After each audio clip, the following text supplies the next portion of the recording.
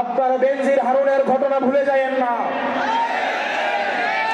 আপনারা ওসি প্রদীপের ঘটনা ভুলে যায়েন না, আপনারা ডিবি হারুনের কথা ভুলে যায়েন না।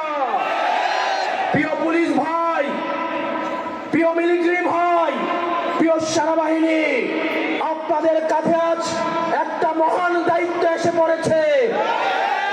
আপনারা কত স্বচ্ছ, নিরপেক্ষ এবং অংশগ্রহণমূলক নির্বাচন জাতিকে উপহার দিতে পারেন, সেটার মধ্যে আপনাদের আস্থা ফিরে আসবে। আপনারা কোনো দলের গোলামি করার দরকার নাই।